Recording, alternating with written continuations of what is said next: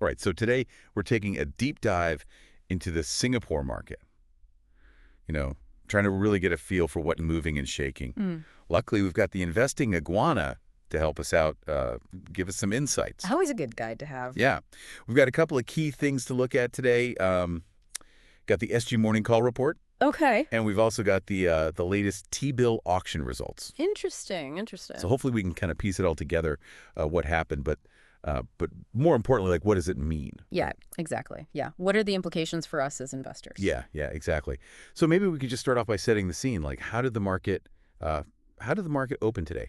So Friday seemed to be a bit of a slightly cautious start for the Singapore market, opened a little bit lower. Okay. And we saw some dips, particularly in the banking sector. Oh, really? UOB down 1.1%. Okay. And OCBC trailing just slightly behind, 0.9% down. So is that common, or is that like, are there particular reasons why they might be down today? Well, it's hard to say for certain without more information, but sometimes you do see some correlation with global trends or maybe some specific news within the sector. Right. But on a brighter note, SingPost seemed to go against that trend, enjoyed a bit of a rise, actually, Well. a 0.9% up. Oh, wow. Interesting. So yeah, mixed bag as always. As always. All right, well, let's dive into some of the specific companies. I'm really curious about this one.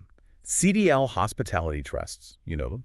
Ticker symbol CDLHT. Ah, yes, CDLHT, making some interesting moves. They're venturing into new territory. What are they doing? Student accommodation. Really? They've just acquired this property in Liverpool, Benson Yard, it's called. Benson Yard, okay. It's a purpose-built student accommodation facility, even comes with some adjacent land, so, maybe some future development possibilities there, Wow, yeah. for a cool $63.9 million.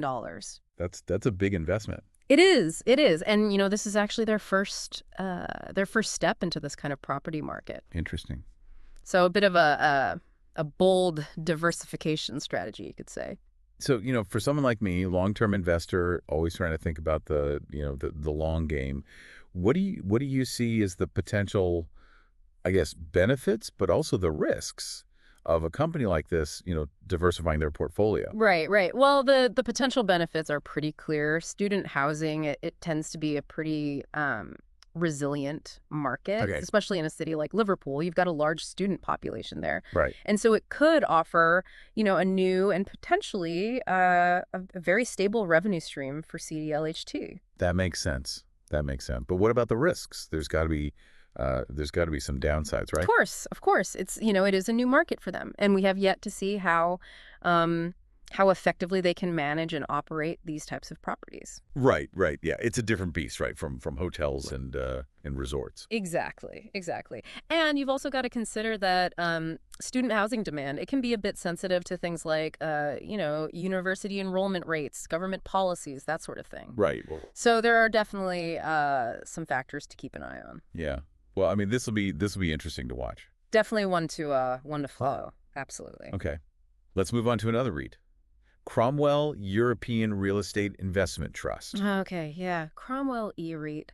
They're taking a bit of a different approach. What's that? They've decided to streamline their portfolio a bit. Streamline it how? They sold 2 office assets in Italy. Oh, really? Yeah.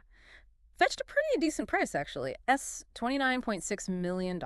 Wow. And get this, it was actually at a premium to their valuation. Oh, wow. That's a good deal. Yeah.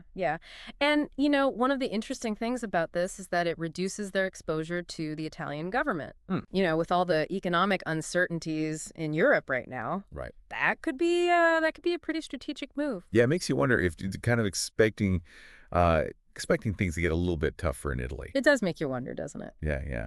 Hey, before we move on, you mentioned earlier CDLHT is a stapled group, right? Yeah, right. Could you just explain that a little bit? I'm not totally sure I get what that means. Sure, yeah. So a stapled group, it's essentially like a package deal. You've got different securities, but they're bundled together. They can't be traded separately. Yeah. In CDLHT's case, it's a combination of a real estate investment trust, so the REIT, and a property trust. Okay. It's a structure that's sometimes used to kind of, achieve certain financial or tax objectives. Okay. So it's like buying burger and fries. You can't just get one or the other, right? You get the whole thing. Precisely, you got it. A combo meal of investments. Combo meal. I like that. All right. Capitaland Investment and Capitaland Ascot Trust. I heard some things were happening there. Yeah, so we've got Capitaland Investment, or CLI for short. Okay.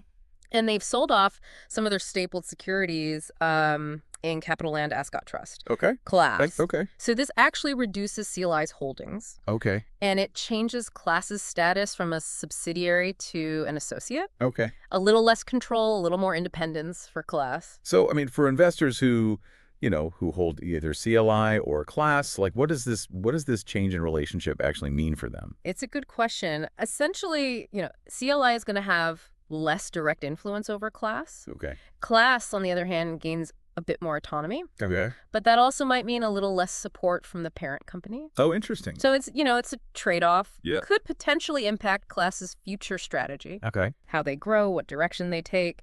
Investors in both companies really need to kind of reassess, how does this new dynamic actually fit into their investment outlook? Yeah. What are their goals? What are they looking for? Definitely a lot to digest there. Yeah. Definitely one to watch. Okay. Let's move on. iREIT Global.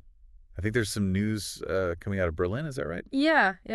iREIT Global has secured a pretty significant lease agreement. Oh, with whom? With a hospitality operator called Steri. Stereo. Yeah. So they're going to be taking up about 12% of the space in iREIT's Berlin office property. Okay. Running something like 255 guest rooms. Wow. So that's a decent chunk of the building. It is. And what's interesting is that 20-year lease agreement. Wow. So they're in it for the long haul. They are. It's a commitment. Oh. Which means, potentially a nice steady income stream for iREIT. Yeah. Sounds like they're really capitalizing on the growing demand for more I guess flexible accommodation options. Absolutely. Yeah. Okay. Last but not least, let's talk T-bills. What's going on there? All right. So for those who might be feeling a little bit risk averse right now, looking for some stability, Right. T-bills are always a good option to consider. Sure. So the latest 6-month T-bill auction, the cutoff yield actually rose a little bit, Okay. up to 3.02%. So is that a good thing? Bad thing? What's the takeaway there? Well, it depends. I mean, it's not a huge jump, but, T-bills are generally seen as pretty low risk, right? Right. They're short-term debt securities backed by the government. Right. So, this little yield bump might attract some investors who are looking for that, like, more conservative, kind of a haven, Yeah. Safety first. Exactly. Okay. Well, it seems like there's little something for everyone in the market today. Yeah, absolutely. You've got diversification, you've got growth, you've got stability. Yeah. Really interesting to see how all these different companies are, adapting. Responding. Yeah. Responding to, well, who knows what's going to happen next, right? It's a dynamic landscape out there. It is. Well, as always, I think it's really important for investors to do their own research. Absolutely. Really think about how these developments might impact their own portfolios and their own investment strategies. Yeah, you've got to stay informed. Yeah. The market's constantly evolving. We've got to evolve with it. Exactly. Always learning. Well, this has been another great deep dive. Always a pleasure. Until next time. See ya.